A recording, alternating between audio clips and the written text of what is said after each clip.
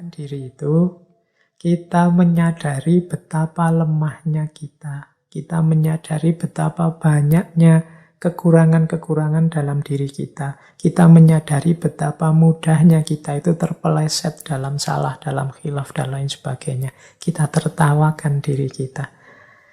Ternyata aku ini naif sekali, aku ini lucu, aku ini banyak kurangnya, banyak salahnya. Ini kemampuan menertawakan diri penting untuk menunjukkan bahwa kita bukan orang yang sombong, bukan orang yang putus asa, atau bukan orang yang sangat keras tidak mencintai diri.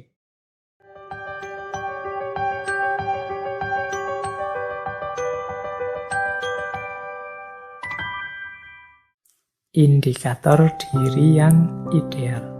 Jadi, kapan atau apa buktinya bahwa sebenarnya kita ini sudah melakukan sesuatu yang seharusnya tentang diri kita dan terhadap diri kita. Yang pertama, sosok pribadi yang sudah ideal. Itu indikatornya adalah gembira. Gembira itu satu parameter, satu ukuran hidup orang yang selalu bersyukur. Orang itu bersyukur karena dia puas dan menerima kondisinya apa adanya. Jadi indikator itu kan ukurannya. Pak, saya itu sudah cocok enggak sih Pak kepribadianku? Aku sudah sesuai atau tidak sih Pak hidupku ini? Yang pertama ukurannya adalah kegembiraan. Kalian ini menjalani hidup dengan gembira, penuh rasa syukur, atau dengan kekecewaan, dengan ketidakpuasan, atau rasa penyesalan dan kekhawatiran yang berkepanjangan atau tidak. Nah, ukurannya itu. Pak, kalau saya sih sumpek terus Pak hidup saya, misalnya susah terus Pak, saya gelisah terus, berarti belum gembira. Ada banyak yang tidak kita puasi dalam hidup ini. Mungkin masa lalu yang kita sesali, masa depan yang kita khawatirkan, atau masa kini yang kita merasa tidak berdaya di hadapannya. Lah, kalau agama memberi tipsnya, yuk latihan bersyukur. Bersyukur itu berarti kita mampu hidup secara gembira. Kelihatan beda nanti orang yang mampu bersyukur dengan tidak. Aura orang yang senantiasa gembira dengan orang yang selalu mengeluh dan tidak puas akan berbeda. Yang kedua adalah hiduplah dengan gayamu sendiri. Ini indikator bahwa kita ini sudah lega, puas dengan hidup kita. Citra diri yang positif adalah kita hidup dengan gaya kita sendiri. Bukan karena terpaksa diatur orang lain, bukan karena apalagi terseret oleh teman dan lain sebagainya. Enggak, saya ya milih-milih sendiri, saya sukanya memang ini. Lah kok kamu sukanya hari ini kok drama-drama Korea? Ya enggak, saya memang suka. Gaya saya ya memang itu. Yang drama-drama Korea itu. Enggak mentang-mentang ada yang mengkritik penggemar Korea terus saya pura-pura enggak suka Korea misalnya, enggak. Ya gayaku memang suka Korea itu. Atau sebenarnya saya enggak suka Korea, tapi yang lain kan suka Korea, makanya saya gayanya kayak suka Korea. Nah, itu berarti bukan gaya kita sendiri. Ayo kita hidup sesuai dengan dorongan hati kita sendiri. Ini nanti akan jadi sumber kebahagiaan juga. Ini sama dengan kita menampilkan versi diri kita apa adanya. Tadi kan ada aspek penerimaan diri.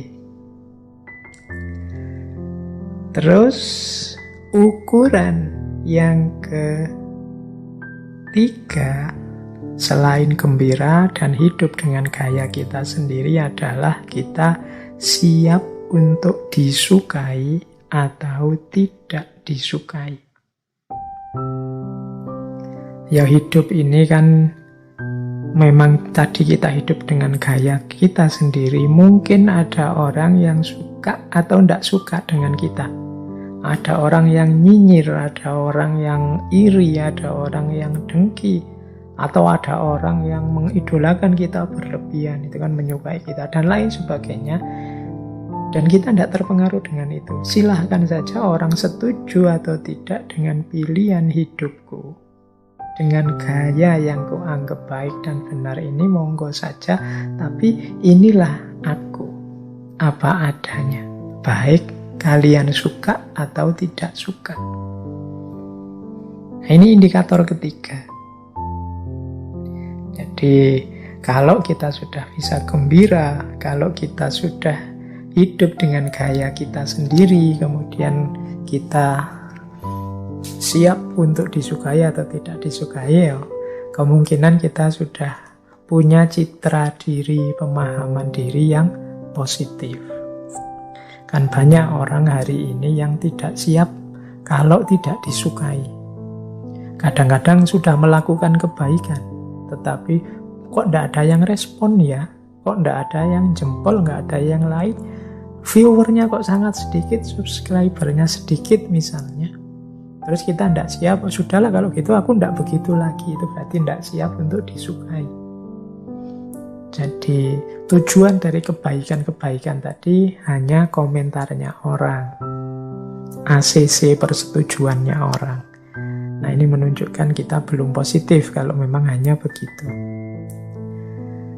Nah, yang keempat adalah kita mampu mengelola diri kita secara mandiri.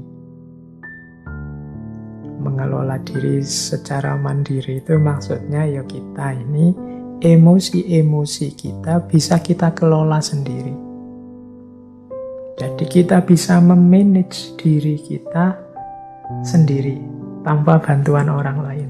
Misalnya kita marah ini, wah saya marah ini, saya tahu saya marah, gimana caranya meredakan marah, dan kita bisa melakukan meredakan marah itu oleh kita sendiri. Jadi tidak perlu bantuan orang lain, tidak perlu pakai fasilitas ini, fasilitas itu. Kita sendiri sudah bisa meredakan kemarahan kita sendiri. Ini mampu mengelola diri sendiri secara mandiri. Misalnya, wah ini saatnya semangat untuk berjuang ini. Nah, kita bisa memotivasi diri kita untuk semangat berjuang. Tidak perlu menunggu motivator-motivator atau ikut kursus-kursus motivasi yang bayar mahal. Ketika kita butuh ketenangan, kita mampu menenangkan diri kita sendiri. Ketika kita butuh semangat untuk berjuang, kita bisa menyemangati diri kita sendiri. Ini namanya mampu mengelola diri secara mandiri. Terus, di antara indikator pemahaman diri kita yang positif, selain tadi kita hidup dengan gembira, dengan versi kita sendiri, gaya kita sendiri, dengan siap disukai atau tidak disukai, kemudian mampu mengelola diri kita secara mandiri. Penting juga bagi kita untuk, kalau ini saya ambil dari beberapa pandangan yang khas, yang unik, yaitu apa? Mampu menertawakan diri sendiri. Jadi kemampuan menertawakan diri sendiri ini menarik, karena kita itu seringkali memaksa diri kita sendiri atau memarahi diri kita sendiri kalau pas tidak sukses. Kemampuan menertawakan diri kita sendiri ini sebenarnya bagian dari penerimaan diri kita terhadap kita. Jadi orang yang tidak mampu menertawakan diri, ini alternatifnya dua. Yang pertama orang yang sombong, dan yang kedua orang yang putus asa, atau orang yang sangat keras terhadap dirinya. Jadi sombong, putus asa, sangat keras terhadap dirinya. Ini 3 parameter yang membuat orang tidak bisa menertawakan diri. Menertawakan diri itu kita menyadari betapa lemahnya kita. Kita menyadari betapa banyaknya kekurangan-kekurangan dalam diri kita. Kita menyadari betapa mudahnya kita itu terpeleset dalam salah, dalam khilaf, dan lain sebagainya. Kita tertawakan diri kita. Ternyata aku ini naif sekali, aku ini lucu, aku ini banyak kurangnya, banyak salahnya. Ini kemampuan menertawakan diri penting untuk menunjukkan bahwa kita bukan orang yang sombong, bukan orang yang putus asa, atau bukan orang yang sangat keras tidak mencintai diri. Jadi ini indikator. Coba teman-teman dicek ya, kalau teman-teman sedang atau telah melakukan kesalahan, kemudian sadar bahwa itu salah, selain menyesal, itu kan pernah tidak kita menertawakan diri kita sendiri. Jadi menertawakan itu salah satu indikasi bahwa kita memahami diri kita sebagai sosok yang lemah, banyak kekurangan, dan lucu, naif. Nah, tapi tidak dengan keras memarahi atau menyesali hidup, menyesali diri. Ini bagian dari self-love. Jadi ini yang kelima. Dan yang terakhir, indikator pemahaman diri yang positif itu ya tentu saja kita mampu berinteraksi, kita mampu beradaptasi dengan yang lain di sekeliling kita. Ya mungkin kita hidup dengan gaya kita sendiri, kita siap disukai atau tidak disukai, tapi kan bukan berarti kita tidak bisa beradaptasi. Jadi kita harus juga bisa beradaptasi dengan yang lain. Oh iya sih, sebenarnya gayaku itu ya apa adanya seperti ini, tapi situasi saat ini kalau aku apa adanya mungkin malah membuat orang kecewa, marah, tersinggung. Ya sudah, aku pending dulu, nanti nyari situasi yang tepat. Nah, aku siap sih disukai atau tidak disukai, tapi ini ada orang ngeritik aku. Nanti kalau aku cueki saja, jangan-jangan dia kecewa, dan siapa tahu memang kritiknya penting. Oke lah, aku dengarkan kritiknya apa, aku tidak akan cuek dan lain sebagainya. Ini kan mampu berinteraksi, mampu beradaptasi dengan lingkungan sekeliling kita. Jadi teman-teman, mungkin agak sulit kita mencari banyak teori tentang mengenali diri, memahami diri, dan lain sebagainya. Tapi mari kita bareng-bareng mengusahakannya sambil melihat, aku ini sudah puas atau tidak terhadap diriku, aku ini sudah on the right track atau tidak, sudah ada di jalan yang benar atau tidak.